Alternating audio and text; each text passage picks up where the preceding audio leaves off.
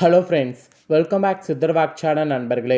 இன்றைக்கி இந்த வீடியோவில் ரொம்பவே முக்கியமான ஒரு ஆன்மீக ஜோதிட வாக்கை தான் இந்த வீடியோவில் பார்க்க போகிறோம். மேசராசிக்காரங்களுக்கு அப்படி என்னடா பார்க்க போகிறோம் அப்படிங்கிறது தம்ப்நெயிலே பார்த்துருப்பீங்க.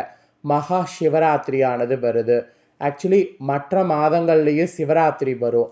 ஆனால் மற்ற மாதங்களில் சிவராத்திரி அவ்வளோ விமர்சையாக இருக்காது.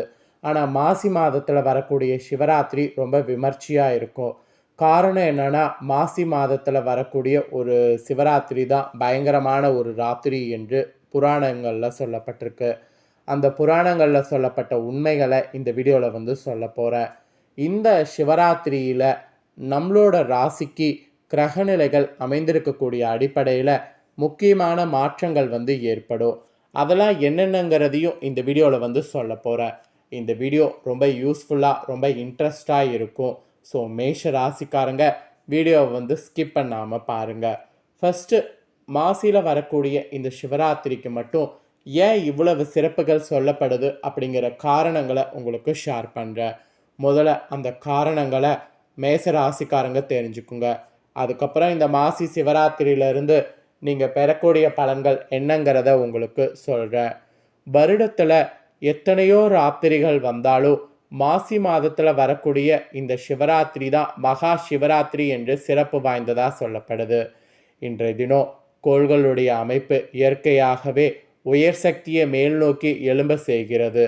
அதனால தான் ஒவ்வொரு ராசிக்கு என்ன பலன் கிடைக்குங்கிறத தெரிஞ்சுக்குங்கிறத சொல்கிறேன். அதனால தான் இந்த நாள் முழுக்க, அதாவது இரவு 12லிருந்து 6 வரைக்கும் ஒருவர் விழிப்போடு இருந்தால் இயற்கையாகவே நம்மில் இருக்கக்கூடிய உயர் சக்தி மேல் நோக்கி நகர்ந்திடு என்று சொல்லப்படுது. ஸோ ஆன்மீகவாதிகளும் சித்தர்களும் கூறியிருக்கக்கூடிய ஒரு சிறப்பான ராத்திரி தான் இந்த மகா சிவராத்திரி. சிவராத்திரி என்று சிவனுக்கு பிடித்த மந்திரமான ஓம் நமச்சிவாயா என்ற மந்திர ஜபத்தை முக்கண் முதல்வனை வணங்கி நாம் சொல்லணும். அப்படி சொன்னால் நாம் நினைத்ததை பெறலாம் என்பது ஐதீகம். சிவன் என்றால் மங்களம் என்று பொருள். சர்வ மங்களையும் அருளும் அற்புதமான திருநாள் தான் சிவராத்திரி என்று ஆன்றோர்கள் கூறியிருக்கிறாங்க. சிவராத்திரி என்று சிவ வழிபாட்டில் ஈடுபட்டால் வாழ்வில் நமக்கு துன்பங்கள் இருக்கிறதெல்லாம் நீங்கி இன்பம் பெறலாம் என்பது ஐதீகம். சிவராத்திரி விரதம் இருக்கிறதுனால தெரியாமல் செய்த பாவங்களோடு தெரிந்து செய்த பாவங்கள்லாம் பார்த்திங்கன்னு வச்சுக்கோங்களேன் நமக்கு நீங்கும். அதாவது தெரியாமல் செய்த பாவங்களோடு தெரிந்த பாவங்கள் செய்திருந்தாலும் அவன் நம்மளை விட்டு நீங்க போகும் என்பது இந்த சிவராத்திரிக்கு நம்பிக்கையாக சொல்லப்படுது. சிவராத்திரி விரதத்தால் நமது புலன்களை வென்று மனதை அடக்கி நீண்ட ஆயுள் உடல் ஆரோக்கியம் பெறலாம். பக்தர்கள் இந்த நாளில் நீங்கள் மேசராசிக்காரங்க இரவு முழுவதும் விழித்திருந்து சிவனை இந்த நாளில் வழிபடுவது இந்த நாளில் விசேஷமான ஒன்று. மகா சிவராத்திரி அன்று முறைப்படி விரதம் இருந்து சிவனை வழிபட்டால் கோடி பிரம்மஹத்தி தோஷமானது உங்களுக்கு விலகும். காசியில் வீடு பேரடைந்த பலன் உங்களுக்கு கிடைக்கும். சகல செல்வங்களும் மகிழ்ச்சி சேரும்.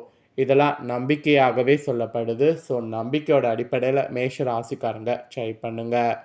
மகா சிவராத்திரி விரதம் இருக்கிறவங்க இந்த நாளில் நீங்கள் அதிகாலையில் எழுந்து குளித்து விட்டுறணும். மறுநாள் வரையும் ஒரு சொட்டு நீர் கூட அருந்தாமல் விரதம் இருந்து சிவனை வழிபாடு செய்யணும். விரதம் இருக்க முடியாதவங்க விசேஷ பூஜை அபிஷேகங்களை கண்டு கழிங்க. இந்த நாளில் பால் பழம் தண்ணீர் மட்டும் கொடுத்து நாள் முழுவதும் இருங்க. பால் தயிர் நெய் தேன் போன்ற பூஜை பொருட்களை கொடுத்து வழிபாடு செய்யுங்க. இப்படியும் செய்யலாம். இல்லை நீங்கள் நீர் அருந்தாமல் கூட விரதம் இருந்து வழிபாடு செய்யலாம், உங்களோட விருப்பம். ஆனால் இந்த நாளில் வழிபாடு செய்கிறது ரொம்ப முக்கியம். இப்பேற்பட்ட இந்த சிறப்பான இந்த மகா சிவராத்திரியிலிருந்து மேச ராசிக்காரங்களுக்கு மெகா ஜாக்பாட் அளிக்க போகுது கிரகங்கள். ஸோ எப்படி கிரகங்கள் உங்களுக்கு அடிக்க போகுது அப்படிங்கிற கிரகநிலை அமைப்பு அமைஞ்சிருக்கிறத உங்களுக்கு ஷேர் பண்ணுறேன். அதை இந்த வீடியோவில் தெரிஞ்சுக்குங்க. உங்கள் ராசிக்கு 2வது இடத்துல குரு, ராசிக்கு 3வது இடத்துல செவ்வாய் வகர நிலையில் இருக்கிறாங்க. அப்புறம் தைரிய வீரியஸ்தானமான 3வது இடத்துல செவ்வாய் வகரமாக இருக்கிறாங்க. 6வது இடத்துல கேது பகவான் இருக்கிறாங்க. லாபஸ்தானமான 11வது இடத்துல சனி புதன் சூரியன் ஆகிய 3 கிரகங்கள் இருக்கிறாங்க. விரயஸ்தானமான 12வது இடத்துல சுக்கிரன் மற்றும் ராகு இருக்கிறாங்க. இந்த மாதிரிலாம் உங்களுக்கு கிரகநிலைகள் இந்த ஒரு சிவராத்திரியில் அமைஞ்சிருக்கு. இந்த மாதிரி கிரகநிலைகள் அமைஞ்சதோட அடிப்படையில் தான் உங்களுக்கான பலன்கள் என்னங்கிறது குறிப்பிடப்பட்டிருக்கு. அதை தான் இப்போ இந்த வீடியோவில் வந்து சொல்ல போகிறேன். ஸோ என்ன பலன் நீங்கள் பெறுவீங்க அப்படிங்கிறத மேச ராசிக்காரங்க நீங்கள் தெரிஞ்சுக்குங்க. ஆக்சுவலி சூரியன் வந்து இந்த மகா சிவராத்திரியில் உங்கள் ராசிக்கு 11வது இடத்துல இருந்து சனி பகவானை அஸ்தமனம் செய்கிறாரு. அதனால் உங்கள் ராசிக்காரங்களுக்கு குழந்தை பாக்கியம் இல்லாமல் தவித்திருப்பீங்கள்ல, அவங்க எல்லாருக்குமே குழந்தை பெறும் இந்த மகா சிவராத்திரிக்கு பிறகு கிடைக்கிறதுக்கு அதிக வாய்ப்பு இருக்குது. அப்புறம் மனதுக்கு பிடித்த காரியங்கள்லாம் நீங்கள் செய்தீங்கன்னா அந்த காரியங்கள் எல்லாமே உங்களுக்கு நிறைவேறும். உங்கள் குழந்தைகளுக்கு இருந்த திருமண தடையெல்லாம் நீங்கி திருமண வாய்ப்பு உங்களுக்கு கைகூடும். எல்லாத்துக்கும் மேலே அரசு சம்மந்தப்பட்ட விஷயங்கள் இருந்த தடைகள் நீங்கி வெற்றியானது உங்களுக்கு கிடைக்கும். இந்த காலத்தில் வீடு வாகனம் இந்த மாதிரியான விஷயங்களில் நீங்கள் திட்டமிட்டவை நிறைவேற வாய்ப்பு இருக்குது. ஸோ திட்டமிட்டது நிறைவேற வாய்ப்பு இருக்குன்னா அப்போ பிளான் பண்ணி செயல்படுங்க, அதுதான் உங்களுக்கு சொல்லப்பட்டிருக்கு. அப்புறம் குழந்தைகளுடைய செயல்களால் மதிப்பு மரியாதை கிடைக்கும். அதனால் குழந்தைகளுடைய செயல்களை வந்து நீங்கள் என்கரேஜ் வந்து பண்ணுங்க. அப்புறம் நீங்கள் பங்கு சந்தையில் இருந்தீங்கன்னா பங்கு சந்தை சம்மந்தப்பட்ட காரியங்களில் முதலீடு சற்று கவனமாக இருக்க வேண்டும். ஆக்சுவலி திட்டமிட்டு செயல்பட்டால் நல்ல லாபம் கிடைக்கும். அரசு துறைகளோடு இணைந்து கான்ட்ராக்ட்லாம் எடுத்து பணியாற்றினீங்கன்னா அதில் உங்களுக்கு நல்ல யோகங்கள் வந்து கிடைக்கும். நிலம் வாங்குவதற்கு வாய்ப்புகள் அதிகமாக உங்களுக்கு இருக்குது. நிலத்தில் செய்யக்கூடிய முதலீடு நல்ல லாபத்தை தரும். அப்புறம் சூரியன் 11வது இடத்துல இருக்கிறதுனால அனைத்து தோஷங்களும் உங்களுக்கு நிவர்த்தியாகும். அப்புறம் உங்களுடைய வேலைக்கு நீங்களே இறங்கி முயற்சி செய்யணும். யாரையும் நம்பக்கூடாது. எதுவாக இருந்தாலும் நீங்களே முயற்சி பண்ணணும். நான் இது என் வேலைக்காக முயற்சி பண்ணுறேன் அப்படிங்கிற மாதிரி நீங்களே உங்கள் வேலைக்கு முயற்சி பண்ணணும். அப்படி இறங்கி முயற்சி செய்தீங்கன்னா வெற்றியானது உங்களுக்கு கிடைக்கும். சோர்வடைந்தால் வெற்றி கிடைக்காது. செவ்வாய் வகரமாக இருக்கிறதுனால பிடிவாதமானது அதிகரிக்கும். அதை மட்டும் கொஞ்சம் அதிகரிக்காமல் பார்த்துக்குங்க. காது மூக்கு தொண்டை சம்மந்தப்பட்ட தொந்தரவுகள் வருவதற்கு வாய்ப்பு இருக்குது. இது வராமல் இருக்க நீங்கள் உங்களுடைய விஷயங்கள் வந்து நல்லா பார்த்து செயல்படணும். அதாவது ஆரோக்கியத்துக்காக கொஞ்சம் யோசித்து செயல்படணும். உங்களுடைய தொலைந்து போன ஆவணங்கள் கிடைக்கிறதுக்கு வாய்ப்பு இருக்குது. இந்த காலத்தில் புதிய மாற்றங்களை தேர்வு செய்யாமல் இருக்கிறது நல்லது. அப்படி தேர்வு செய்தீங்கன்னா அது உங்களுக்கு பெரிய ஆபத்தில் போய் முடியும். ஸோ தேர்வு செய்யாமல் இருக்கிறது நல்லது. அப்புறம் அக்கம் பக்கத்தினரிடம் கவனமாக பழக வேண்டும். கோபத்தை குறைத்து கொண்டு செயல்படுவது நல்லது. அதுவும் இந்த சிவராத்திரியுடைய ஒரு சில விஷயங்களால் தன்னம்பிக்கை அதிகரித்து நிதானம் பிறக்கும். பணியிடத்தில் கூட சிறு சிறு சங்கடங்கள் வந்து செல்லும். பணி சுமை அதிகரிக்கும். அதே நேரத்தில் வருவாய் நன்கு அதிகரிக்கும்.